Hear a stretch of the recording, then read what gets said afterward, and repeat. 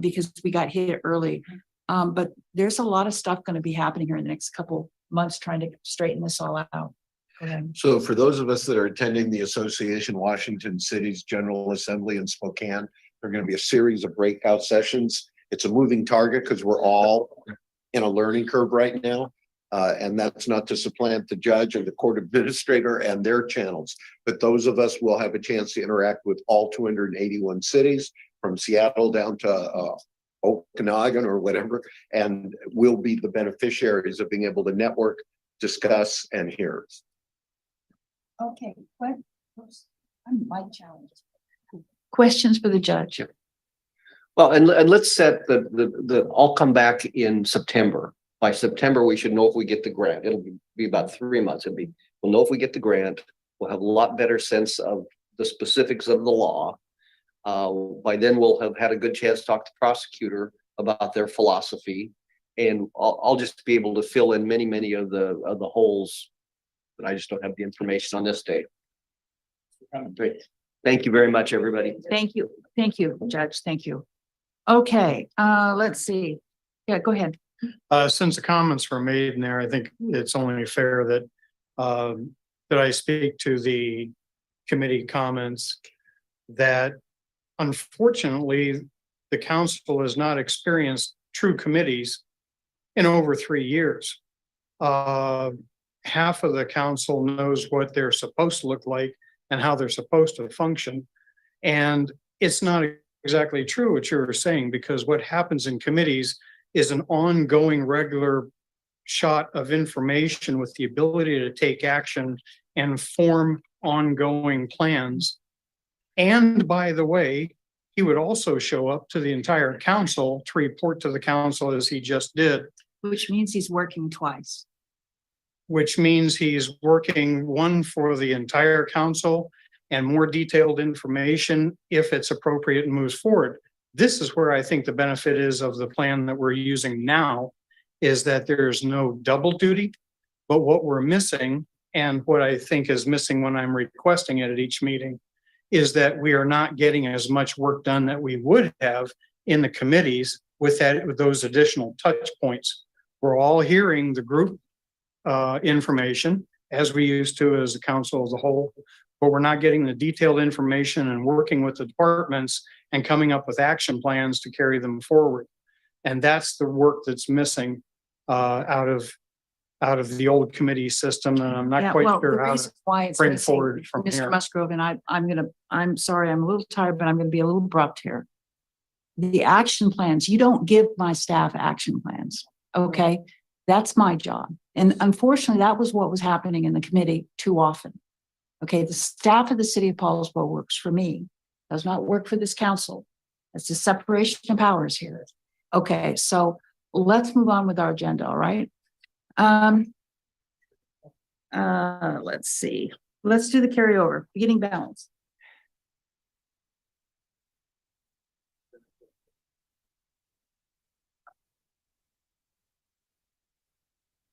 Good evening.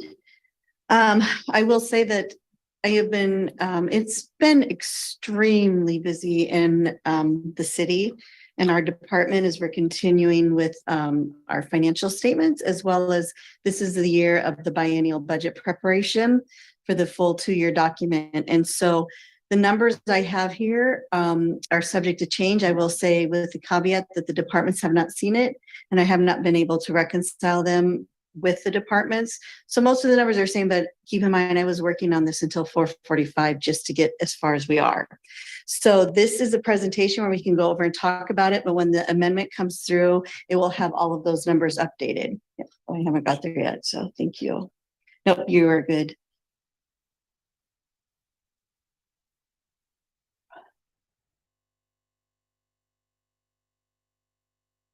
Brooks tries to keep me in line. He doesn't have very good luck, but he tries.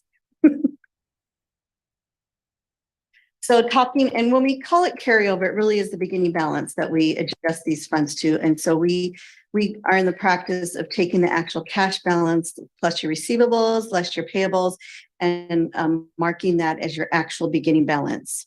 And we focus primarily on the general fund because that is where most of the dollars are. There are just not a lot of dollars available. And that's where we're supported by our taxes and providing all of our general government operations. Proprietary funds are supported by your fees and the ratepayers. So looking at the projected beginning balance in 2023 as we developed our budget, this was a $4,712,000 beginning balance. That includes our reserves and our revenue stabilization. The actual beginning balance, it was actually $5,392,893. These are exclusive of our restricted funds that we have to keep for specific purposes designed by the law. So what the difference is $680,351. If you remember, we anticipated having a $600,000 beginning balance, and now we're ending up actually with the $6,180,000. So that is very good news. And we knew as we tracked the revenues throughout the year that it was going to be coming in higher, and that's why we projected a $600,000 budget. The good news is it came in a little higher. And so looking at the really good news is the revenues, $15,790,000, exceeded the expenditures of $14,610,000. And that is why we have the increase of $1,169,000. So where are some of the variables that created this, as we talked about throughout the years, are taxes. And these are all in round figures. We're about $1.6 million higher. A lot of that was in sales tax. Sales tax was $1.2 million higher than our projection. Criminal justice sales tax, which is related to sales tax, so you would anticipate that being higher. Utility taxes were about $245,000 over budget. I will say that our telephone tax is continuing to decline, and we're watching that. That was about $75,000 under budget, so we'll have to continue to monitor that. But the good overall picture is our utility taxes were higher. Development fees, about $464,000, and that is spread against your permits as well as your planning deposits and fees. Those are great to come in. It tells you how busy we are, but those are one-time revenues. So we're very conservative when we project those, and we were conservative as well as this time. Parks and recreation fees, we know that we, opening up after COVID, we've been pushing really hard with a lot of programs. And so that department has greatly recovered many of those programs. We had kept our projections lower, not knowing when COVID was going to get off and we were going to get back to operating business as regular. So the good news is we are back to business and we exceeded our revenue projections. Fines and forfeitures and our detention revenues, less than we projected. We'll probably bring down some of those projections going forward. And our investment income, what I do want to say is it looks like we are $300,000 under projection. What I will say is that is because we have a $300,000 unrealized investment earning. And what that means is we do not recognize the revenue or the expenditures, the investment earnings, until the actual revenue is at its expiration date. So while the market changed, we are actually purchasing investments at a pretty good interest rate. But what you're doing is you're buying them at a premium to capture that rate. And then as you go through it, as soon as that investment expires, we will gain that back. So it shows up on our balance sheet, it shows up on our income statements, but it really is an unrealistic number until those investments mature. Expenditures, a lot of different variances. We have wages and benefits. As you know, we have some vacancies throughout the year, and then we usually have some timing differences when we hire them. So there's some savings in that. We do have the police department is very busy this week. They're actually implementing the RMS system, which is their record management system, formerly referred to as iLeads. We have a payment that will go to the county, and so that is in our budget, but we have not made the payment. And you'll see that we carried it over and we've looked at the agreement, and part of it is support for ongoing 3 or 4 years. So we're breaking that out going forward. Our jail costs, as the chief talked about, is much less than expected, about $181,000. I do want to remind you, consistently for about 3 or 4 years, we were bumping it up anywhere from $60,000 to $40,000 to cover those costs. And so now those have come down. And so although it looks like there's a savings, we had progressively been growing it many years. We have some items that are being requested for carryover. We have a lot of grants that run June through July, so there's timing differences. And when we get the grant, we book all of that anticipated revenues and expenditures. So the grant revenue will carry over as well as the related expenses. A lot of that is in our professional services. Indirect allocations, we adjust those to actual at the end of the year, and that is the charge that we are creating in general fund for providing a service to our utility funds. And so that is what that is. And we, per the auditor's direction, we bring it back to actual expenditures. So that does affect our bottom line. Overall department conservative spending. Most of your departments are very conservative in what they spend, and they work very collaborative. I know some agencies will think that they have budget left on the table and they'll go to every penny spending it. Our departments are very conservative and they spend what's needed. Again, so now these are the funds that we're asking to carry over. So the new records management system, we're carrying over $76,000 in 23, and then each year we will budget for the contractual obligation and maintenance. Criminal justice implementation, 2 years ago, I think we received about $40,000 in order to implement all of the new law changes that were put into place.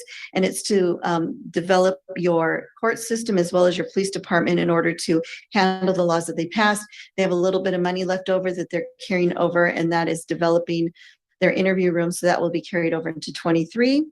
They also received a small amount of funds in 2022 to support the Navigator program and providing rooms or housing, temporary housing. And so some of those dollars are left and we're bringing them over and using them as the purpose intended. Planning professional services, these are a little confusing. This is why it becomes so difficult sometimes in developing this. The planning department has come up with several grants. Some of them were allocated in 23 already, even though we accepted them in 22. Some of them were allocated in 22. So what we do is we carry over the grants as well as the related expenditures. And so although the GMA, the growth management planning, looks like we're only carrying over a small amount, it's because we had allocated that already in 23, and we are just carrying over the amount that was left in the 22 budget for that purpose. Yes. Yes, so the perk we're carrying it over until we finish that first phase. I believe we are almost complete, but we're carrying over the grant revenue from the Kitsap Facilities District, and then we expend that. But as you remember, we do have some budget amendments that are not covered by the grant. So most likely some of those dollars will be going back and not being utilized, but we're carrying over the revenue in anticipation of those expenditures. And that is strictly for the first phase of the program. Engineering, again, they have some large projects that are being done to tie into the mandatory update for the gross management plan. So the transportation improvement plan, I think you hear it referred to many times as the TIP or the TIP, $95,000 for professional services to get that updated, as well as they are continuing to update the professional service for the ADA plan. And they are doing the complete streets inventory, and partially a large amount of that is grant funded. A small amount is being used of city funds. Knoll Road, this is the portion of the project that the city does not own, the tunnel and the roundabout. These are figures that we will continue to update as we talk to engineering and get what is it? These are almost 100% satisfied or funded by grants, with a little bit of impact fees to backfill the amounts that aren't. But those are the tunnel and the roundabout that we are putting through the general fund that is not a capital expenditure.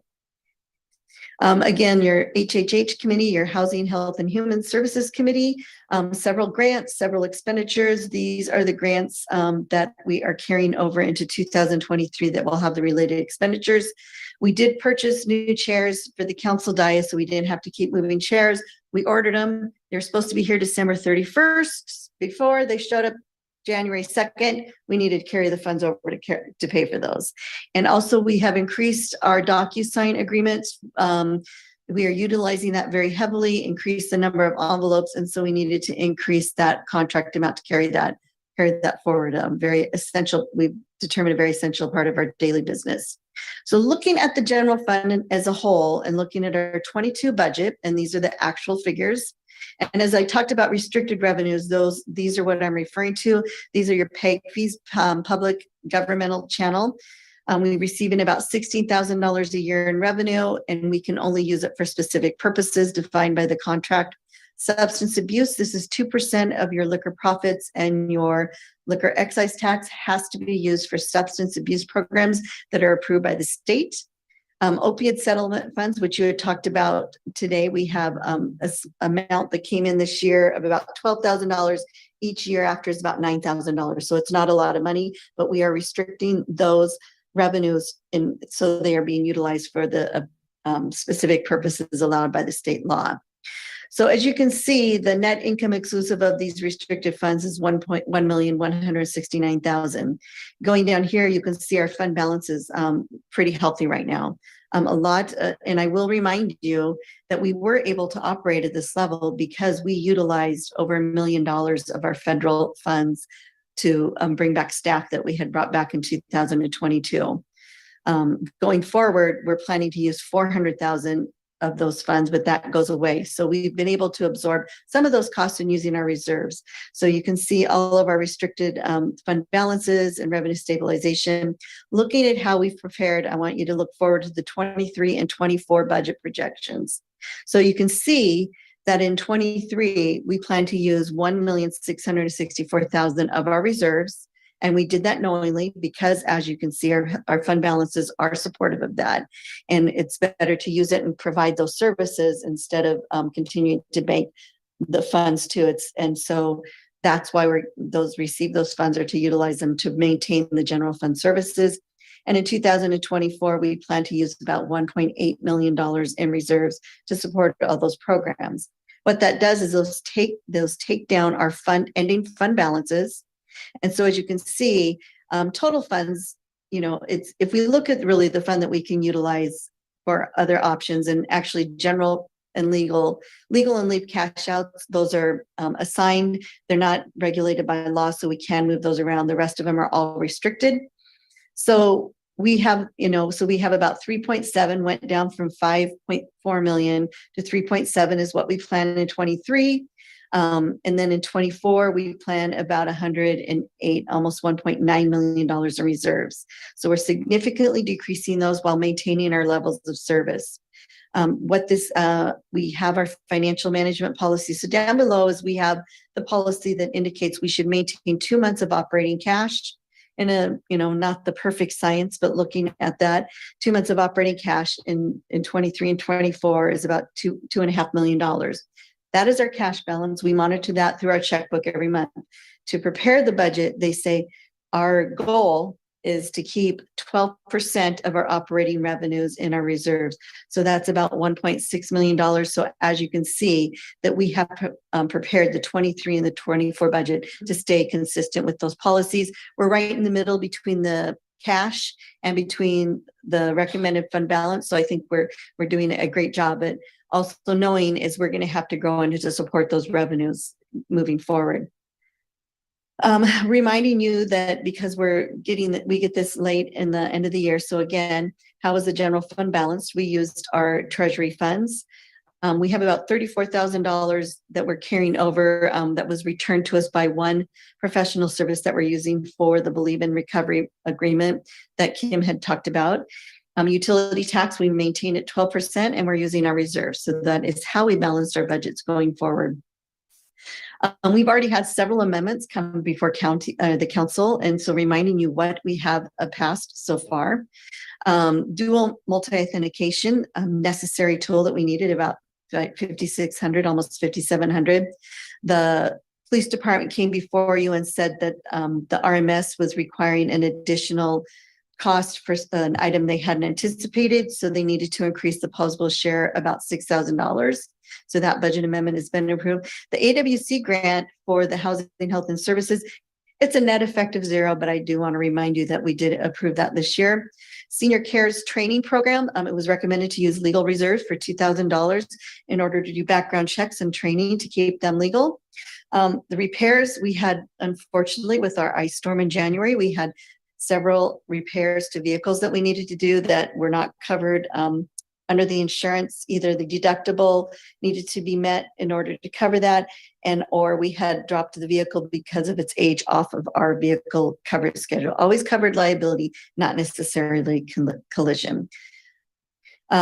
We did a police training grant. They had a grant and they're using it for training, and so the net effect is 0. Park and Rec Technology, you approved some of those software enhancements that Jeff had brought before a few weeks ago.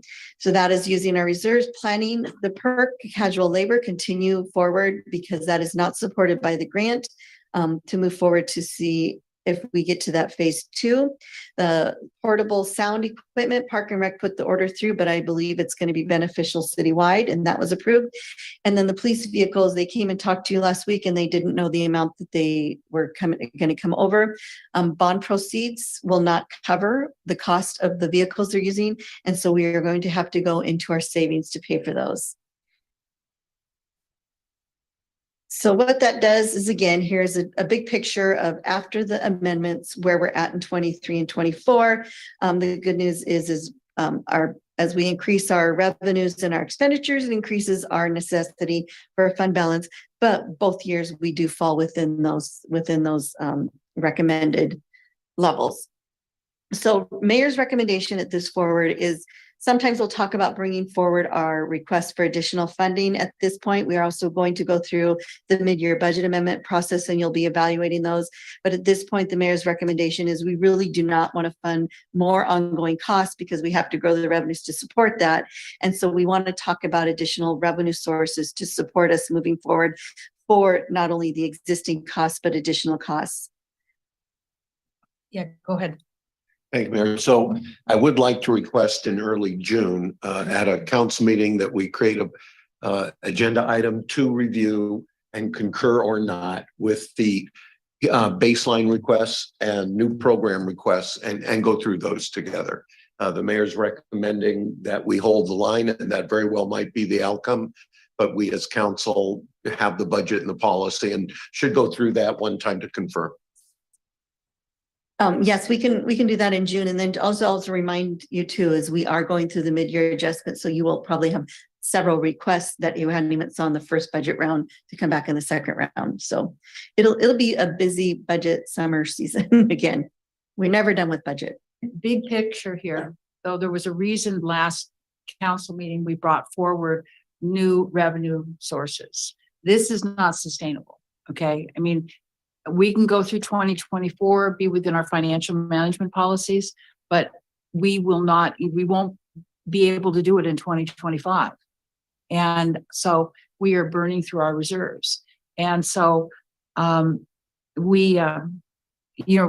looking at other revenue sources in order to fill those gaps. And the good news is we're talking about it 2 years in advance. Okay. But I don't know where to cut. In fact, we need actually more city services. You just heard the judge talking about all the things that are coming down with Blake. The fact remains is this city in its history has never done a levy lid lift. We're down at what, 103? Yeah. $1.03 per thousand in property taxes. We could be at 166. 160. And we've never adjusted any of those tax structures. We can't keep going on this pathway. It's not sustainable. So, and so that means we have to figure out what we're going to cut. And I would really like to know what that would be, because I don't. Or B, we're going to have to figure out new revenue streams. And that's why we talked about it last week. Yeah, I think it could be both. It should be both. We should look at all of it. There's nothing that's not on the table, so to speak. We should be aware and analyze all of it to try to figure the best balance, because that's effectively what we're doing. It's no different than the people at home, their home budgets. You have this much money and you have to do that much with it. And we have to run that balance. The only way we can do that effectively is communicating with the community and understanding what the expenses are for, because the budget is policy. Thank you. When will we revisit and discuss the potential additional revenue sources next? Probably another couple months. Okay, we'll see how this, we're gonna really tighten up the big carry forward and go through the individual adjustments that we need to make. And then we'll revisit it, I don't know, say towards the end of summer. Yeah, I would anticipate as we're going through the mid-year budget process, which we come to committee and workshops usually in August and September. And so we'll develop that. The good news is the council, the reason we're able to be able to fund these services is because we operate in a very conservative manner, which creates these additional funds. The good news too is our sales tax had grown significantly, but we did anticipate that moving forward into the budget. And I will say, as I've been looking at it monthly, I think I brought it forward last month and we'll bring it forward, is it's starting now to flatten, which is good because it went up higher than we anticipated, but now it's leveling out. And as long as we stay level, we're still going good with a little bit of growth, but we're not going to have that substantial growth to support those increased costs. And so we act conservative. We try to monitor it very closely so we don't become into those areas where we have to be concerned. But yes, it will definitely visit that. And there are those one-offs, whether it's Edward Rose or a few others we could pull out of our hat that we need to understand. Correct. And we've always, and I know that in the past, and I strongly believe in this, is we don't anticipate the revenues until we know it's a sure thing. When people say, oh, this development's coming in, and I always say, well, until I see the backhoe on that property, I don't think we should book it. So I mean, I think it's great, but how many years it takes to get the actual project going and open is much longer than sometimes we anticipate. Okay, go ahead. I just want to commend you. It seems like the type size is larger tonight. And I frequently hear complaints from citizens watching us, especially the financial presentations on BCAT TV. They're hard they say they're hard to read. I think hopefully they could read these tonight, Deb. So thank you. You're welcome, although we're not done. So hopefully I'll keep the font up. It's the graphs that we put in there, those spreadsheets that catch you.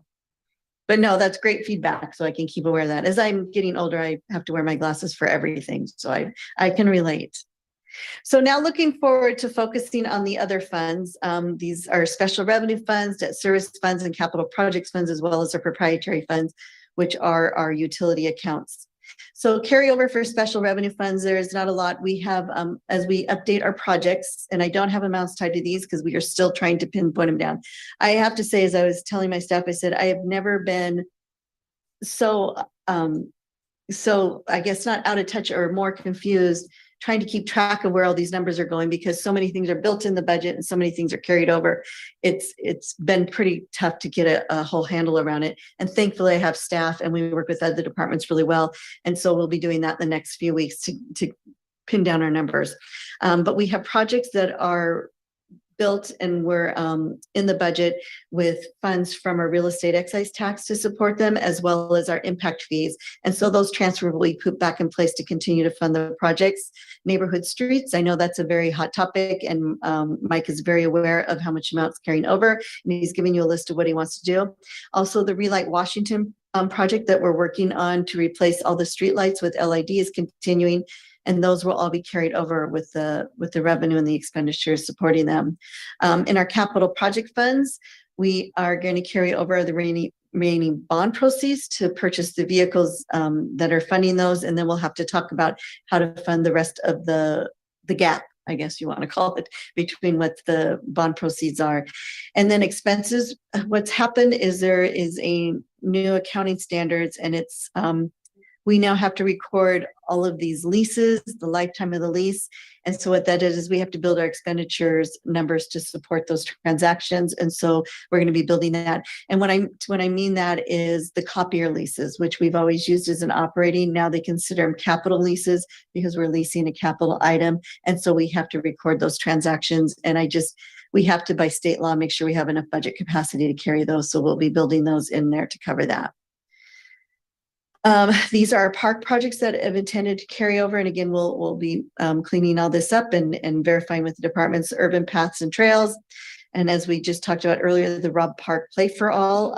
This is a lot grant and donation funded, so those will be carried over. There's some repairs that still need to be done in the Park and Rec building, and we're trying to narrow it down. The money was set aside to do some of those capital projects. We've completed most of those and want to talk about where some of those couple items that aren't completed. Land acquisitions for specifically the Snyder ball fields as well as the department. And we had some dollars set aside to evaluate the land, to do some environmental studies, as well as closing costs, and we will carry those over to continue that process. Street projects, Waterfront Liberty Bay Trail, ongoing projects, several years. A lot of it was grant funded, and so we'll carry over those expenditures as well as the revenue. And as Knoll Road, we're getting so close to this phase being done. I think my department will be having a party when we can finally close this down, because it is overwhelming for us. And thankfully, our engineering department is exceptional, and we work together, and I have exceptional grant people. And so we can all talk and stay on the same page, but it is very confusing with very many funding sources and how much money is allocated. And it takes a lot of work to figure out where we're at with this project. So it'll be nice to be done with this. That project is like a snake that swallowed like this egg.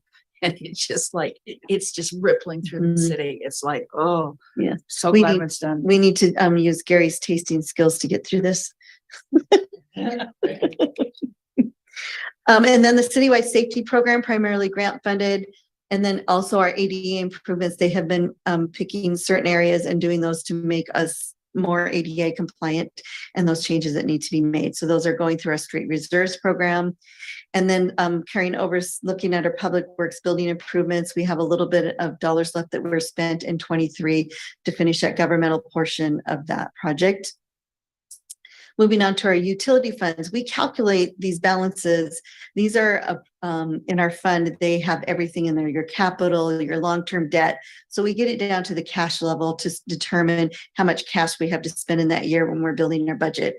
And so what we do is we change our operating balance in order to be consistent with our financial management policy. And then we also keep our fund balance for debt reserves in order to meet the debt payment.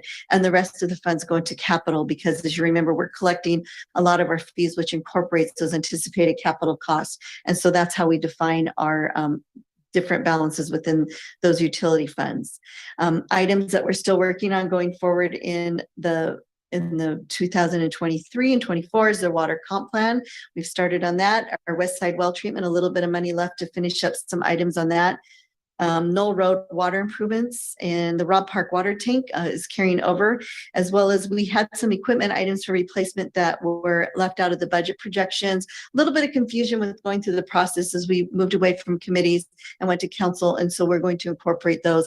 Not a lot out there, but it was the utility portion of some of the larger items that we're purchasing. And you'll see that in every one of these utility funds.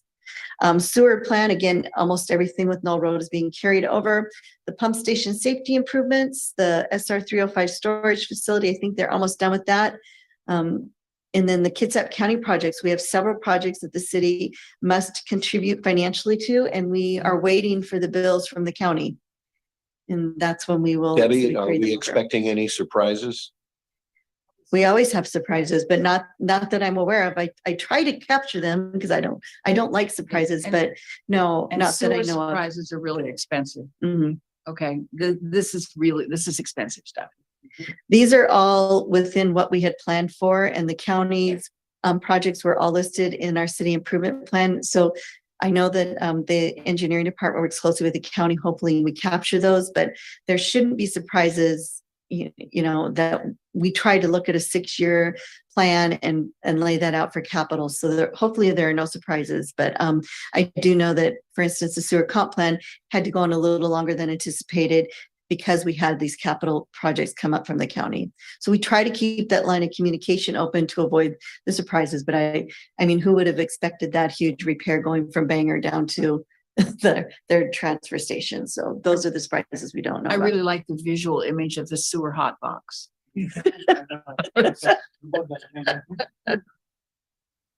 I know it's very important because I've received several emails of, please don't forget this on the carryover. So I did. So a sewer It's hot. hot box is when we clean our sewer wet wells and you're sucking up all that grease and other stuff in the sewer wet wells. Well, you can't just dump it out on the ground, right? So we dump it out in a hot box and let the liquids drain out into the sewer, and then we eventually haul the solids off to the sewer treatment plant. See, we It's get, as bad as I thought. we get smarter about waste every day. Mike, have you thought about calling it the baby wipe box? Do not flush baby wipes. So it's a sewer decanter, but the name is just too cool. Yeah, okay, sewer hot box it is. And again, the equipment that we're gonna add back in. Storm drain utilities, we have projects again, Knoll Road, it's and the good side on storm drain is it's partially grant funded. Knoll Road Basin Direct Discharge and the West Poulsbo Waterfront Park, and that's partially grant funded. They're moving forward with that, and the Glen Haven Storm Drain. So those are the items that we are carrying over. So I'm hoping to bring the amendment with updated numbers to the council agenda on the second week in June. And if there's any questions, will do my best to answer them. Okay, there it is. Good presentation. I try to make it easy as possible and understandable, but yeah. The good news is we had $680,000 more than we thought. Yep. Okay, which is good, but as we're burning through reserves. And so we had a whole bunch of money and now we're burning through it. It's not sustainable. The idea potentially is a levy lid lift. That will be a vote of the people. And what that'll give us 9 years to stabilize, and those 9 years the city hall will be paid off. We pay $830,000 a year on debt service on this building from the general fund. And so it's kind of a bridge. And that's kind of what I'm thinking about, but we still haven't worked out like a lot of the details. But we got to do something because at 6 and 7% inflation, labor costs, we are going backwards. At 1% for property taxes, we're going backwards. Deb, so yeah, I wasn't sure if I understood a couple of those numbers. With the carryover, if you drop that into the reserve, so to speak, where would that put us?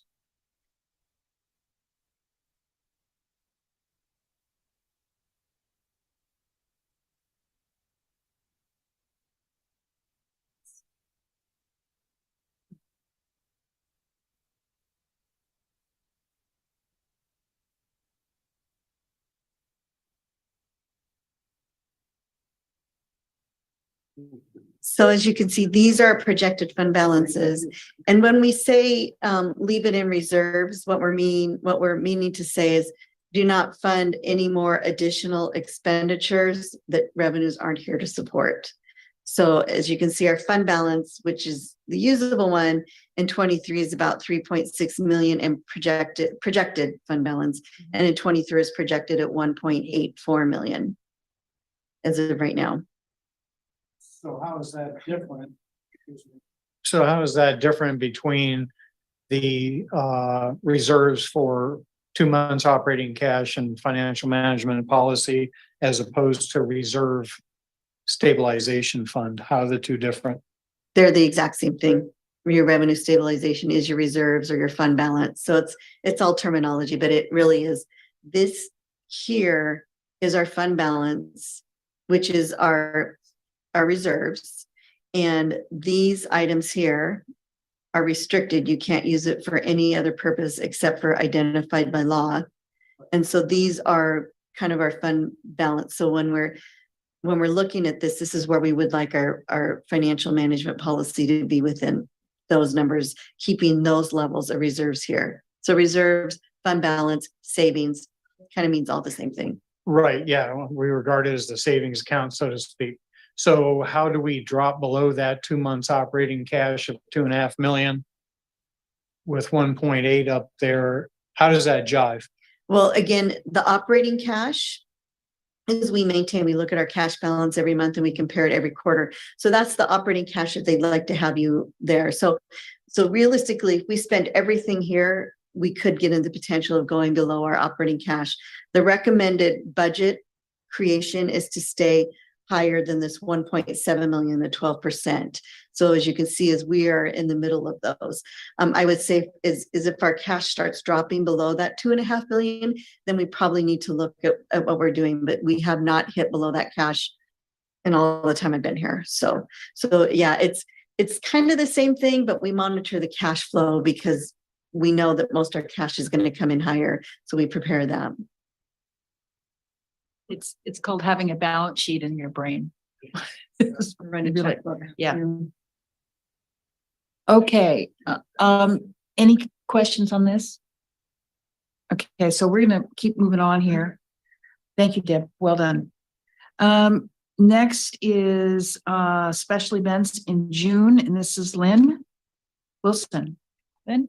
Hi, you guys. I'm up on the big screen today. What an awesome meeting so far. Thank you for letting me join remotely. We did indeed have our Biking Fest Road Race first day packet pickup. I was able to confirm that we actually had 30% of the attendees. So just over 200 people come in to pick up their packets. And this is amazing. It's done through volunteer help to get these distributed, and is a huge impact to help the actual flow of the day of race. It's amazing how fast 2 hours goes. And I won't carry on too much about that, but we are very, very much excited to have our awesome t-shirts, which I did notice that several are still in their bins. So if you want to look for being part of the Viking Fest vibe, you can grab them on the third floor in your mailboxes. Without further ado, tonight when we talk about our special events, we are going to review, we have 5 major special events, and then I will also talk about an additional 3 that the city is moving forward to consider as a special event, and I'll explain that. But ultimately, most of these events are annual events that you've seen before. June is when the sun is starting to shine again, so things are picking up. The very first event in June as a special event is our Pets Walk. It's the 30th annual one, which is absolutely phenomenal. I know that relationship that our mayor has helped cultivate and grow and establish with the Kids at Humane Society has been really special for them. It is a 1K and 5K run and walk with dogs in tow, and a vendor fair down at the waterfront park to raise money for the Kids at Humane Society. So that's going to be setting up at 6 a.m. Until 5 p.m. and the event itself starts at 7:30 at Lions Park, and they continue through. So it's a great event. We have our police department really helping out, so that's always really helpful. Public Works also helps out with different signs and making sure that they get parking spots reserved for all their awesome vendors. They usually have over 400 attendees. They're going to have over 35 vendors, a lot of volunteers, and it's a lot of fun. So first Saturday of June. The next thing coming up would be the June Tunes concert, and that's hosted by the West Sound Academy. That's going to be Friday the 9th. And the concert itself is from 6:30 to 8:30, but they reserve the pavilion to play and rehearse at the pavilion from 10 a.m. To 10 p.m. Or not 10 p.m., but 10 a.m. shutting down and getting all their instruments put away by 10 p.m. But it's great, so you might hear some noise down there. They encourage you, bring your friends. They have about 20 kids that perform in it. A whole bunch of attendance comes from family, and staff is there to ensure the instruments and the kiddos are safe. So a great event that happens there. Feel free to raise a hand or interject if you have any questions as I move forward these events. The other event coming up, and I did just send it today, is a Footprints Across Poulsbo. We hosted this last year for the very first time. It was a collaboration with Kitsap Sun with Josh Farley, who no longer works with them. We are still working with Kitsap Sun to get some advertisements out, but ultimately it's a partnership with the Poulsbo Historical Society and the Jewel Box Theater, where it's history and storytellers sharing facts and stories along a fun scavenger hunt throughout the city. This year has been really unique because we learned a lot of things from last year the first time as the second year. We've actually switched it up. We had it over 2 miles and it was a little bit long. So ultimately, that's on the 10th on Saturday, and that's going to be throughout downtown. We've got volunteers and 16 stops within a 1.5-mile range. We had 150 attendees last year, so we're thinking good weather. We should have the same. All volunteer led from actors and assistants. We're well positioned. We'll be setting up at 9 with just additional signs for directions, but obviously taking those down. And the event itself is from 10 to 12, so it's 2 hours. And our last tour will leave from City Hall. That's the starting point this year at 11 a.m. So we really are allocating that time frame because we want to make sure everyone gets a chance to enjoy the full tour and not get confused on extending people staying within sharing all the great stories. So more to come on that. We've got Bash by the Bay, which is really led by Young Life and Empowered Church. It's an annual tradition where it's a celebration for Poulsbo and Kingston Middle School high schoolers. Kingston Middle School and high schoolers. So it's a lot of kiddos. They say 300 participants come annually, and this is held at the Waterfront Park. They have allotted some space at the Anderson Parkway for a game check and for staff to easily access, since most of it will be happening on the park itself. They have the police department get involved. They have fun games, crafts, raffle, pizza. It's a really great celebration to do the end of year. And that happens from 2 to 5 for the event itself.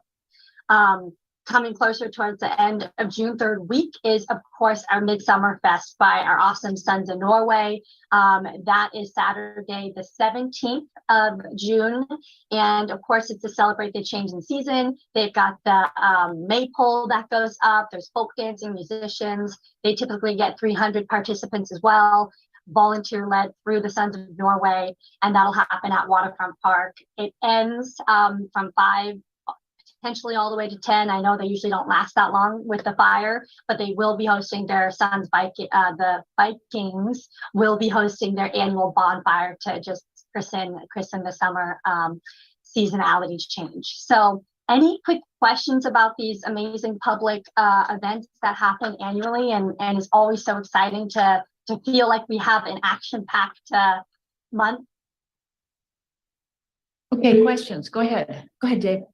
Not so much a question, but just thank you very much for making the whole process move what appears to be much easier for the same event every year that used to take a lot of volunteers, a lot of time and trying to coordinate, and you seem to be kind of connecting the dots. And so I hope all that's true. I hope the world is spinning as smoothly as it appears to be, and I appreciate it. Thank you. Okay, any other questions from Lynn? For the audience, if you've never been to Midsummerfest, it is worth time. It's worth going to. It is really a lot of fun. And the Maytag, it's a lot of fun. So, Yes, questions for Lynn? Well, just to summarize, these are all on our special events calendar. So as a quick, I was just going to share the screen. I don't want to take up all your time, but it is fun to share because it is a key way to know, hey, what is publicly happening in the area? Hold on, apology here. I've got that. And I did want to wrap up with the additional process that we've adjusted slightly for the special events. So hold on. Go ahead, Ed. You have a question while she's doing that. I don't want to derail Lynn. Lynn, the Poulsbo Strong Alliance, to remind my colleagues, that's an outgrowth of the Lodging Tax Advisory grantees, plus others now coordinating to maximize marketing both for their business and the community overall. How's that going, and what's the trajectory on your group? Yeah, so Poulsbo Strong is really made up of 8 key organizations that contribute and are eligible for receiving lodging tax grants because they're hosting events, they're hosting a physical location, whether it's a visitor center, and inciting people to stay and play in Poulsbo. So with the involvement, we've been meeting on a quarterly basis, and it allows an open forum point to discuss. We spend a 90-minute lunch period having conversations about how is marketing going for you? How is the event for you? And it's really wonderful because these are the thought leaderships within marketing and directors of these organizations to be able to have one location to share these quick thoughts. And so especially as we continue to move forward with these amazing events and being able to highlight them, it also allows for more collaboration. So one of the elements of the Liberty Bay Festival, which is hosted by the Poulsbo Historical Society, was brought up in the regard of, well, we would love to see more organizations get involved. We want to make this bigger. That happens at the end of August. So we've got these key events, and it's not going to detract from those events, but it's an element of like, we've got a leader that is having an event, and what can we do to better communicate and ensure that information shared, and within assistance between volunteering or getting the word out there, it really allows that flow. So it's been going really well. Everyone's been super stoked about the first quarter being very successful, and we're all just moving forward as we approach the summer months. So our city is busy, and it's really awesome to be able to be such a key coordinator and making sure that we are collaborating clearly. So yes, and I was going to say, for some reason my screen share is being kind of wonky. So anyway, it's on the City of Poulsbo website, the community special events calendar. It's really helpful. You can filter and toggle and see all the great things. The last thing I wanted to wrap up, because it is an important part in which we have been learning, a lot of times people through Parks and Rec rent our pavilions and our shelters, such at Rock Park and at the Waterfront Park. Within these rentals, we usually consider them a social event. However, one of the things we've started to notice is when you are reaching a certain capacity within what you're renting at the park, whether it's a shelter or the pavilion, there's only a certain amount of capacity. So that means if you're doubling what could have potentially be in that area, you're impacting the rest of the area to the public access, impacting, garbage, using the toilet, parking, accessibility, all of those things. And so part of the special event, as you guys know, is the due diligence of being able to share publicly, hey, this is an event that's happening. It's not necessarily open to the public, but the awareness of that and that communication of that, I think, is very key. So the 3 events in June that does impact and are considered a special event that I've sent out formally is our Vinland Elementary School PTSA hosting their Fins to Finish. That's on Saturday, June 3rd. And that really resides and starts at Vinland Elementary, but they use Finn Hill and the sidewalk in regards to hosting this 5K run and walk for their elementary school families and students. So they're estimating over 250 kids to participate in this. And so within, very self-sufficient in the organization, but within additional help from Public Works with signs, those are things that I'm looking out for a little bit more in making sure, well, this does impact traffic. The other 2 events happening is also very annual with the North Kitsap High School. Their picnic at Robb Park. This is their class of 2023 celebration, and it is on Friday, June 9th. And so ultimately, Friday, June 9th. Thank you. They are only there from, sorry, my notes are a little bit odd here. Apologies. They aren't there for too long, but with all the students involved, they're estimating the same amount, 250 participants plus staff. And so that overflows from the shelter. And so we want to make sure that as other public members want to attend and use the park, they're aware of this impact to the park. The last one, of course, is the Poulsbo Middle School end of year picnic. That's for their 8th graders, another, very focused social event for that end of year celebration, but again, does impact the park. And that's on Saturday, the 16th of June. So are you about done, Lynn? Okay.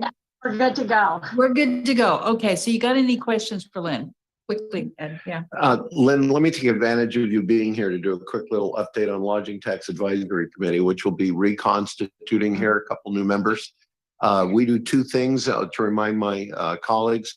We've implemented a look back policy where halfway through the grant period, we evaluate, see if we can help. Are things on track? I know Visit Kids app said, oh, this is new and different. Is this just us? No, it's everybody. And then might my colleagues have any thoughts for the Lodging Tax Advisory Committee on, instead of just receiving the normal program continuations or new ideas from outside, are there any priorities the council might want to explore with the Lodging Tax Advisory Committee as seed money? One of the things we can do with lodging tax is seed new events, new organizations. For example, a 4th of July community fireworks, whatever, or other things. We could use that feedback. Lynn, is there any time sequence involved in that kind of feedback loop in front of the Lodging Tax Advisory Committee consideration?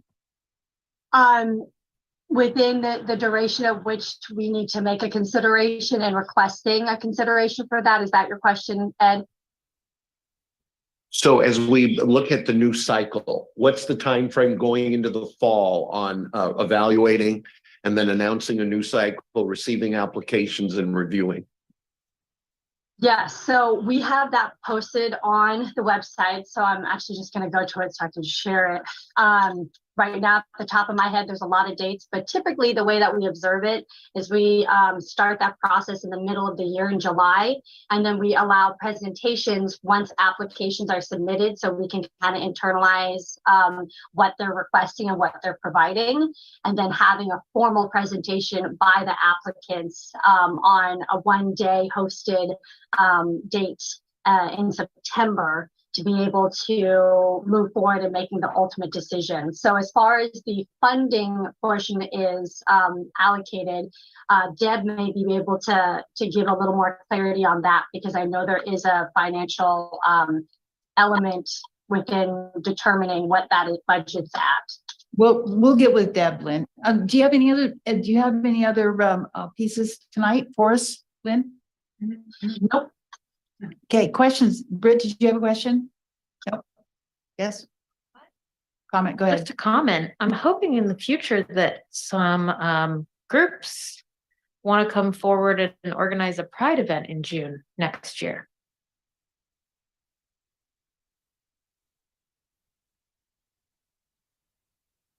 Okay, thank you very much, Lynn. Appreciate it. Okay. Any other questions for Lynn? Okay.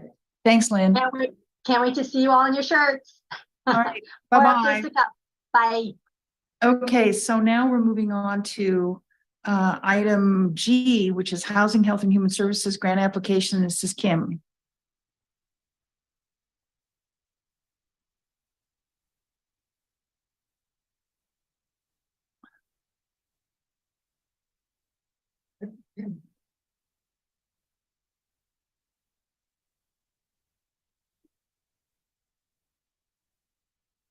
I look old. Wow. I was about to comment, Mayor, we need weather reports for the council chambers. We need it for the first hour, a second report for the middle, and then a third report for the last hour, so we can dress appropriately. Yeah, the ventilation in here isn't good. It's poor. And it's the only thing worse about the building is the acoustics, which are even worse than the ventilation. So go ahead, Kim. Thank you, Council. Just a quick update for Council about some upcoming grant opportunities that H3 would like to take advantage of. As usual, I bring these to you before I apply in case there's any guidance you'd like to give me about the approach that we take to these applications.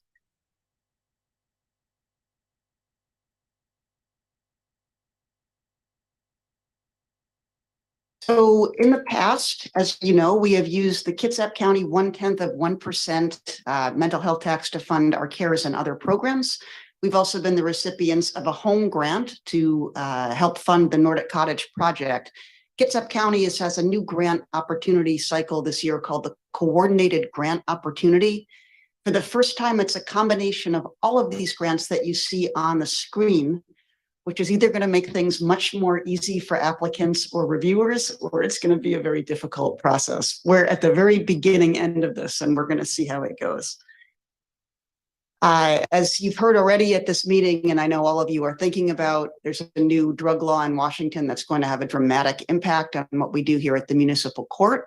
In light of this coming, I would anticipate burden and obligation of the city of Poulsbo to process drug possession and use cases. I'm thinking about applying for funds to operate a health and resource center in Poulsbo to operate in conjunction with the municipal court. This sounds familiar to all of you because I came to you to ask if I could apply for the same purpose to something called the Olympic Community of Health. Something I've learned over the past several years is it's good to ask twice. That way, if one grant doesn't come true, we have a backup.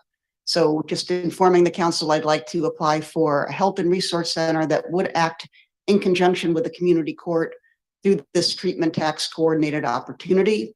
Further, just like I asked the Olympic Community of Health for funds to partner with Kitsap Homes of Compassion to operate a recovery house in Poulsbo, I'd like to repeat that ask as a part of this coordinated grant process.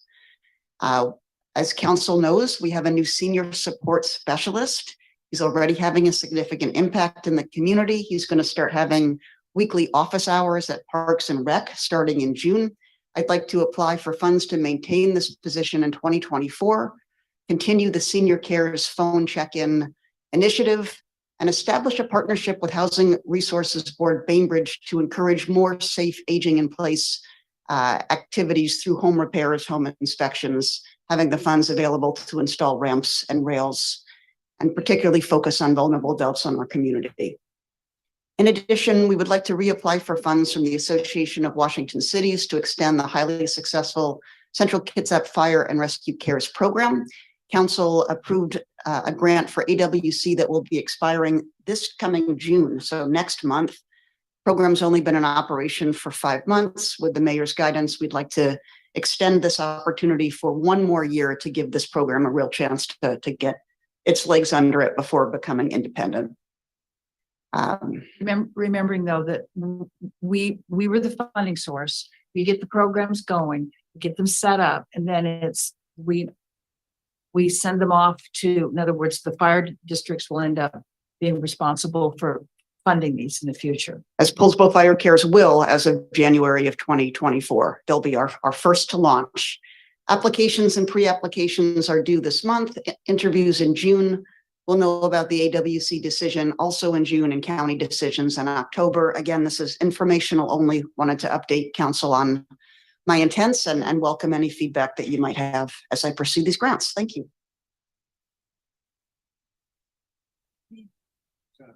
That's it. I went fast. Unfortunately, there are no dedicated revenue streams for, we're supposed to be providing all these services. You heard the judge tonight, all these things are going on, and yet we're running around trying to get the drops of money wherever it can come from. And it's a little nuts. Go ahead, Dave. So, love the idea of, running after 2 grants at a time in case one fails.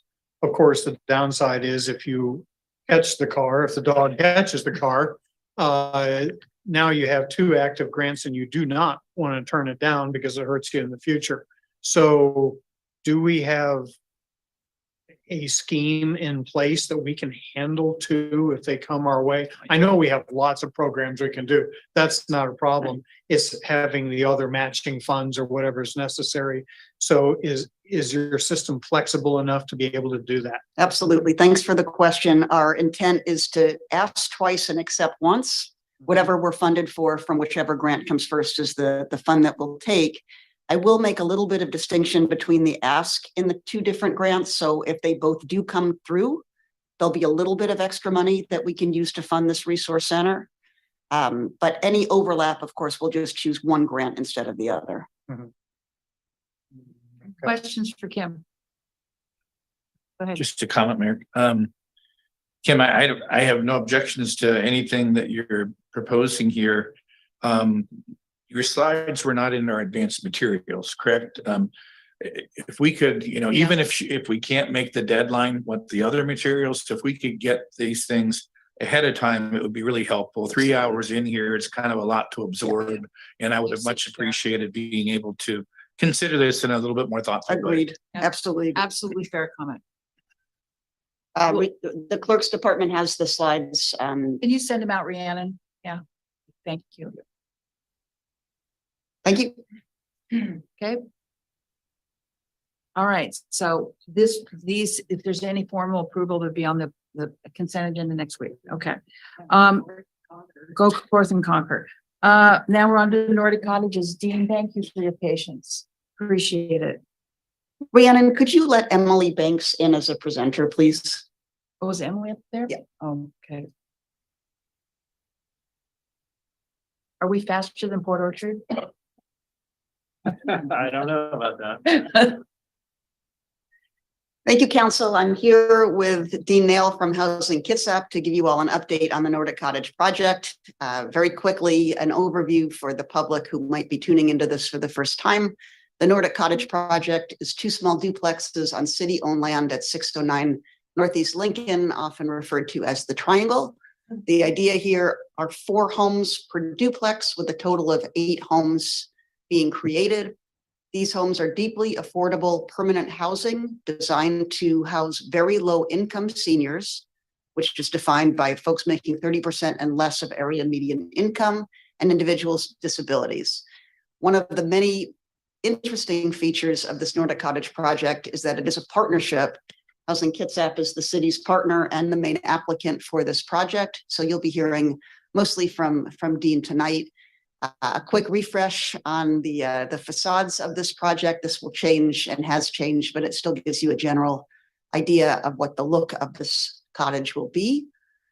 As I mentioned before, one of the unique aspects of this project is the partnership with Housing Kitsap. It gives us expertise of working with a project manager. It also gives us somebody to serve as a property manager once the cottages are constructed.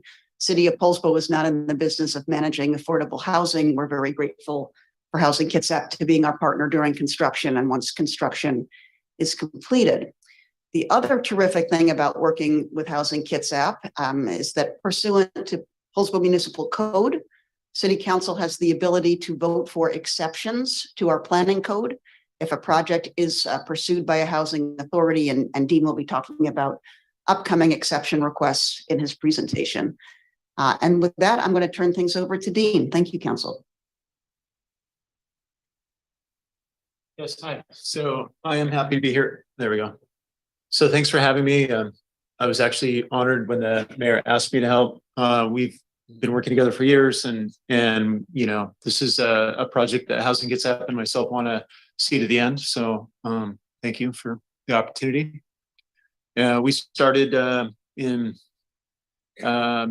I'm sorry, so I didn't create this. It'll take me a little bit here. So we did submit in March of 23, I guess recently. That's things go by so fast. So we have submitted a site plan to DCD in March. We have gone through and spent a little bit of time with the plans. We are currently in conversation about keeping our project in budget. We have had a private free estimate from a contractor that was pretty eye-opening. Costs are very high right now. And we, during that kind of exercise, we went through and priced some of the products that we were speccing, and really have made some reasonable changes to the outside. I think we're really going more traditional versus some of the more elaborate details that we were planning. And really, this is direction just to keep this project in budget. We know how frugal the mayor can be. And at this point, it is very important to make a project versus having something we can't afford, right? So we spent quite a bit of time. I think that free estimate that we did get was very eye-opening, and it has changed the conversation to keep this project on track. You know, I'll speak quickly to the next item. After the site plan was submitted to Planning and Economic Development, there was a public comment period. We only received one public comment, and it was a request for clarification about easements and right-of-way on the property.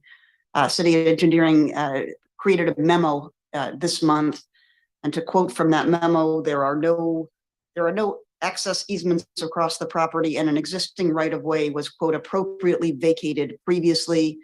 This was not new news to folks here in the city that have been working on this issue for well over 2 years now, but it has been formalized in a memo from an engineering staffer in response to the one public comment.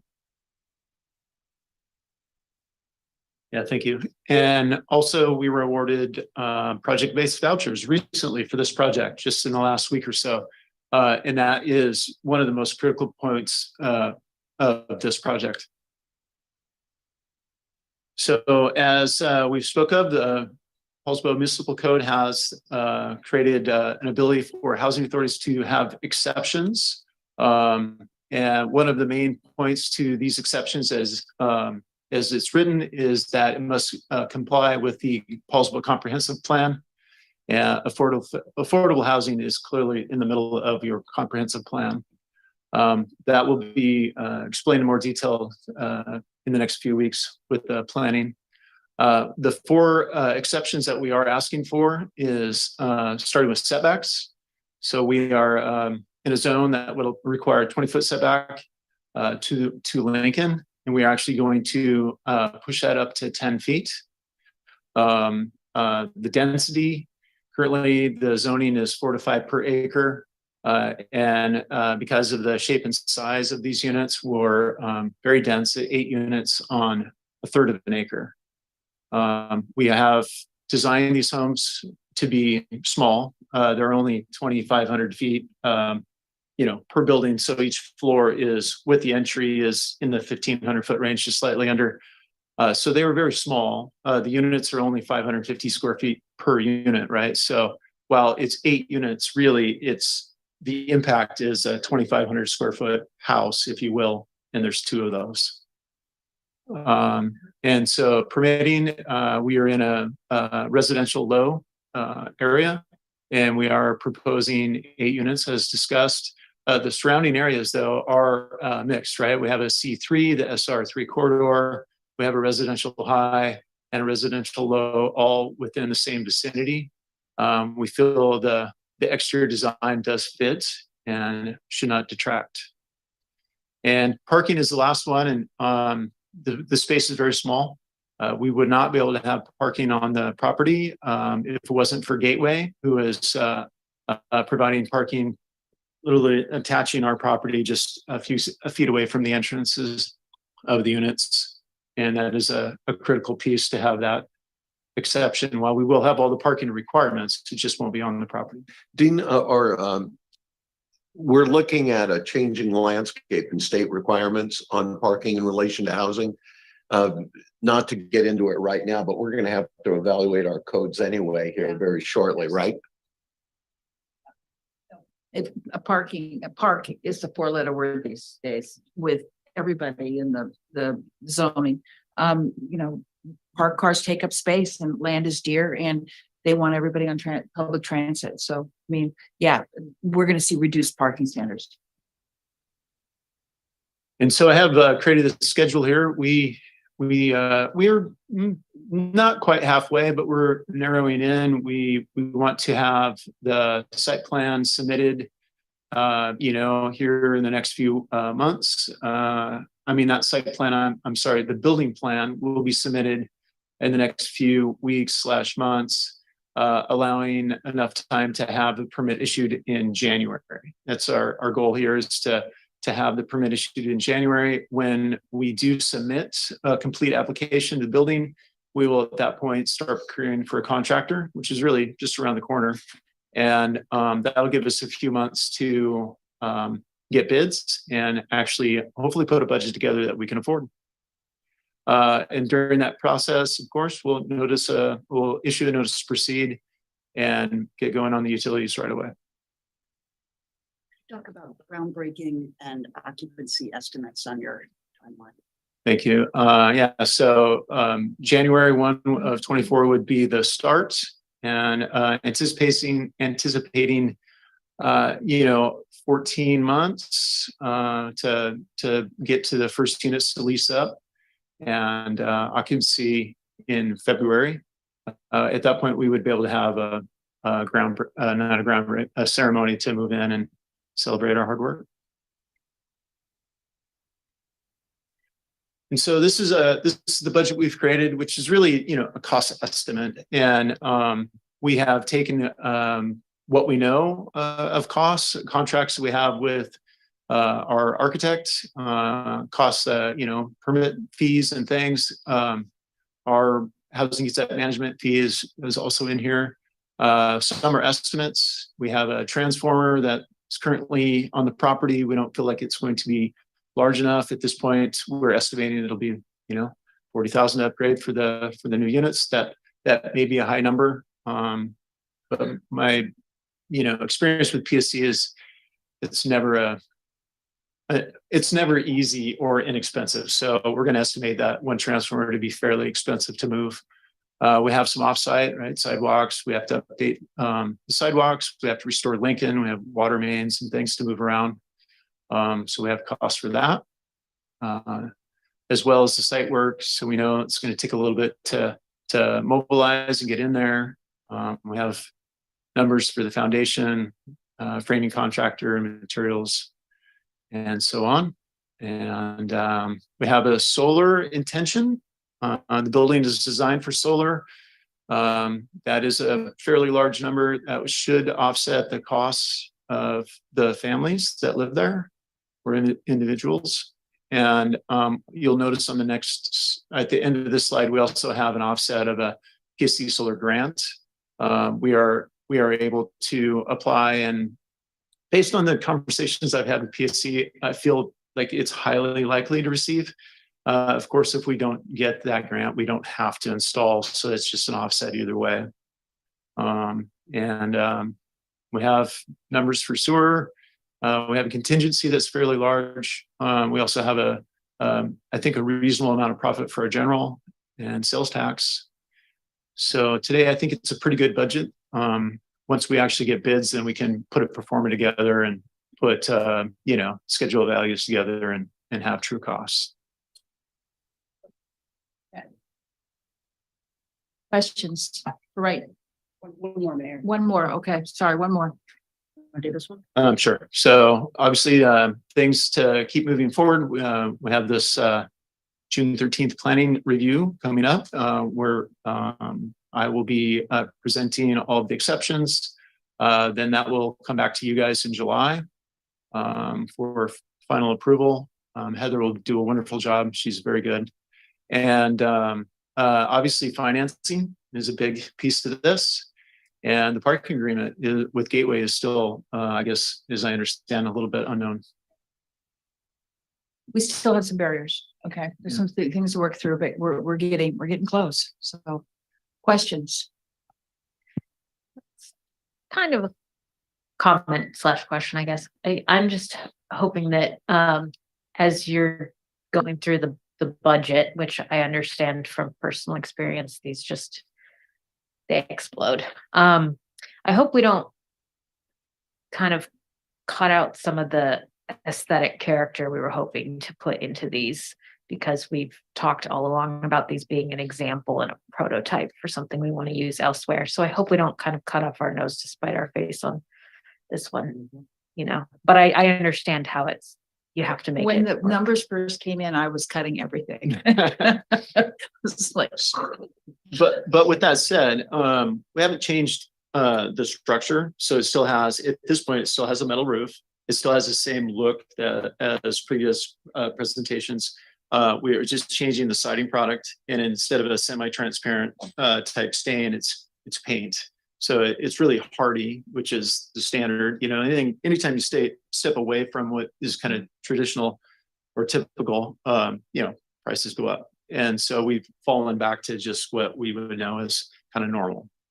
But it'll still be nice. It'll be brand new. It'll be well designed. It'll be well painted. Colors will be chosen correctly, and so it'll still look great. Thanks, Mayor. My first reaction to just the updated sketch that you put up, it didn't seem quite as colorful as the previous one. Maybe I'm imagining it. I don't know, but I think some color would be good. And then, do we have any sense at this point of how much potentially we may be able to raise in grant funding and how much the city is going to have to find to get this done?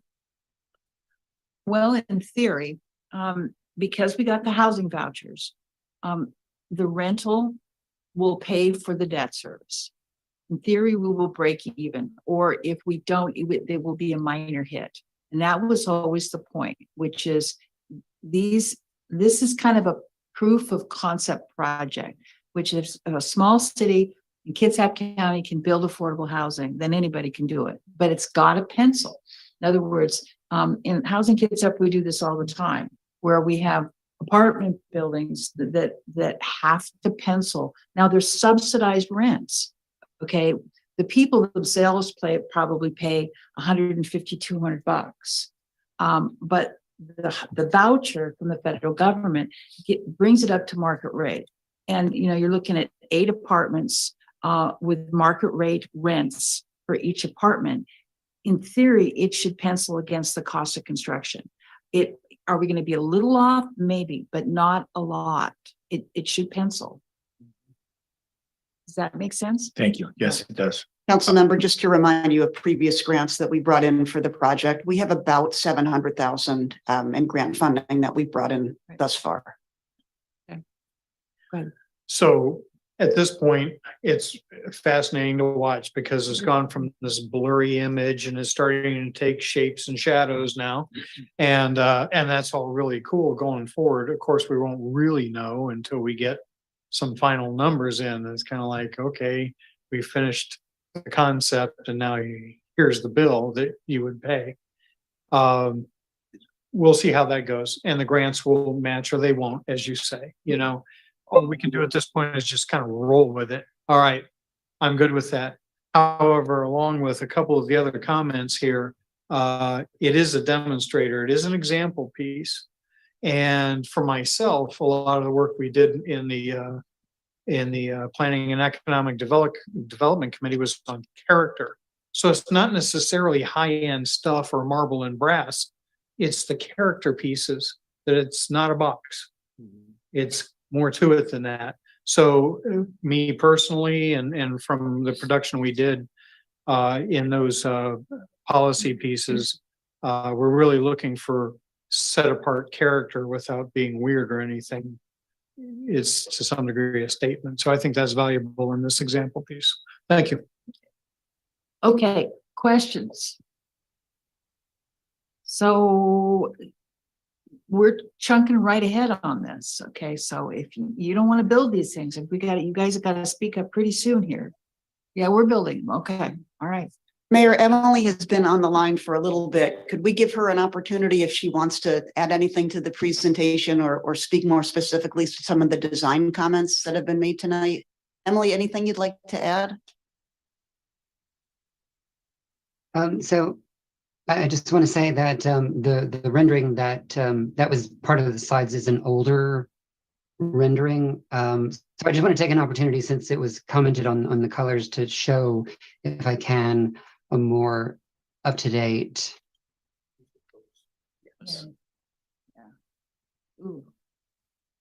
So what changed between the previous and this one is originally we had designed 3 buildings. I think the units were a little bit larger. There was less number. So now we're at 2 buildings with 4 units each. And we are bringing in some color with window colors, as you can see in the rendering here. So I just wanted to address that a little bit and let everyone see the more up-to-date, more accurate rendering of where we are, what we're actually getting cost estimates on. It's beautiful, Emily. Thank you. Good looking. I think. Yeah, that answers my question. Thank you very much, Emily. It was helpful. Okay. All right. Any other questions for Dean or Kim or Emily?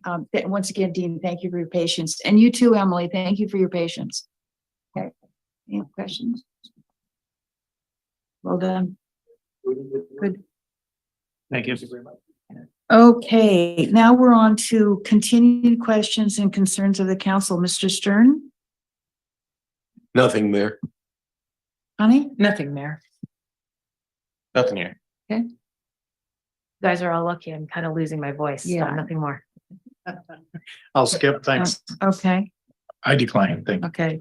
All right, so now it's time for continued comments from citizens. If you have comments for the council, step to the podium. You have 3 minutes and state your name for the record.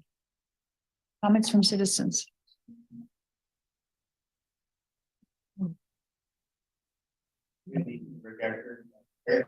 Comments, I'll try to be cool. Rick Eckert. So Nordic Cottage, just one plug. I know the idea is elderly and folks with disabilities. So for our veteran community, if it's possible, and I know cost is an issue, but particularly one ground unit, fully wheelchair accessible.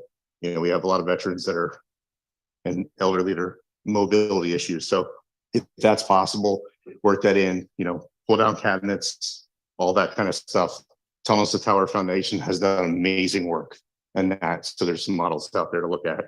But then as promised, Memorial Day, American Legion and the VFW Post will be having ceremonies. Because as we remember, Memorial Day is about those who have fallen. It's not a happy day. So American Legion Park at 10 and then 11 at the Waterfront Park at the gazebo, the VFW Post will be having our ceremony. So everyone is welcome. The mayor will be speaking.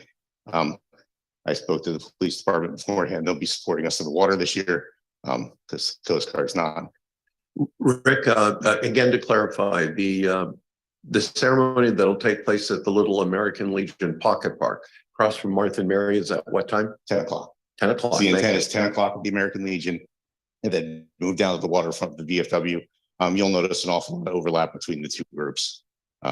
So, and then just lastly, two other important events in June, not to say Lynn didn't cover, but you know, Poulsbo, North Kitsap High School graduation is on the 9th, 7 o'clock that night, and then Kingston High School Saturday at 1. So the party is basically the kids organizing prior to going over to get ready for graduation. But if you're not attending, you know that there's definitely traffic issues. So I wanted to throw that out there. Thank you. Thanks, Rick. Comments from citizens.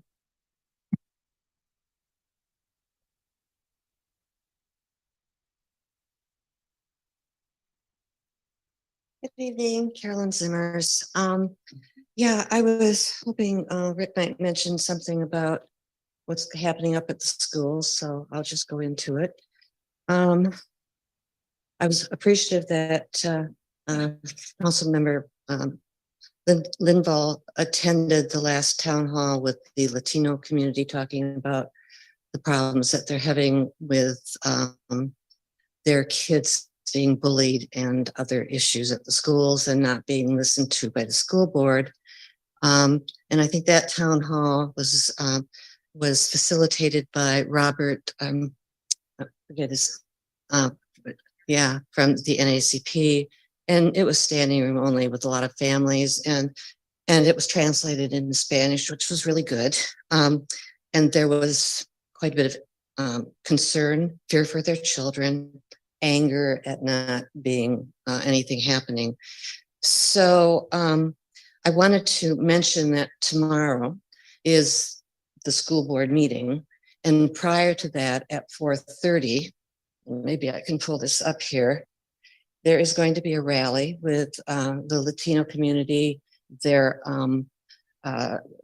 allies, and probably press is going to be there. And it's going to, let's see if I can get this here.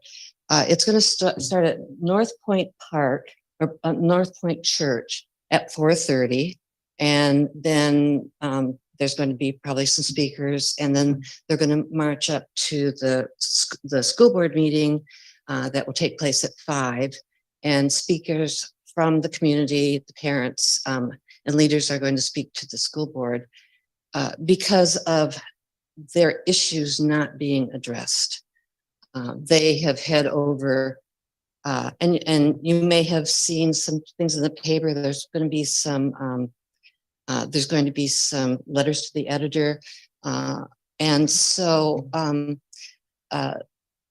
it is a community issue, and it would be really nice if somebody from the city council would go up and attend, because, you know, they need your presence there. And it was really good that Councilmember Linval stepped up and talked about the book program, and just to show that this is something that, you know, the whole community is concerned about. So thank you. Okay, continue comments. Oh, okay.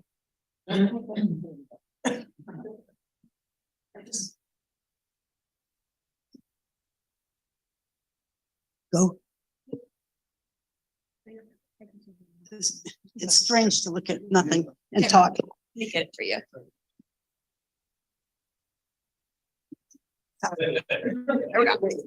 Thanks, Rhiannon. Watch the Pam clock. Keeley, and just to follow up on what Carolyn mentioned, to sort of get the point across efficiently. One of the mothers in the Hispanic community put in a records request for the use of, and I'm not even going to say them, the specific ones, but racial slurs and different terminology. And the reply from the school district is, after a cursory review of our records, I have found 53,418 records that could potentially be responsive. And they're asking, do you want all of these records? Thank you.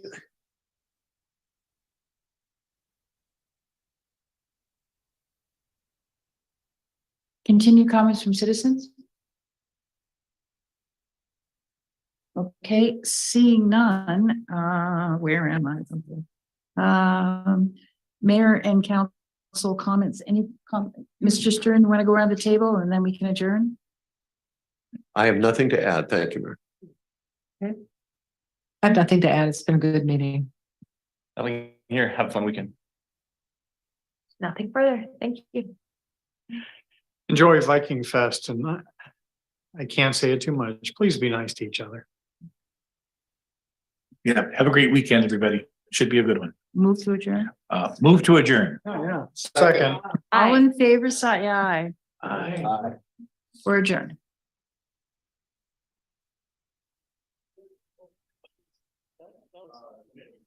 It's always something.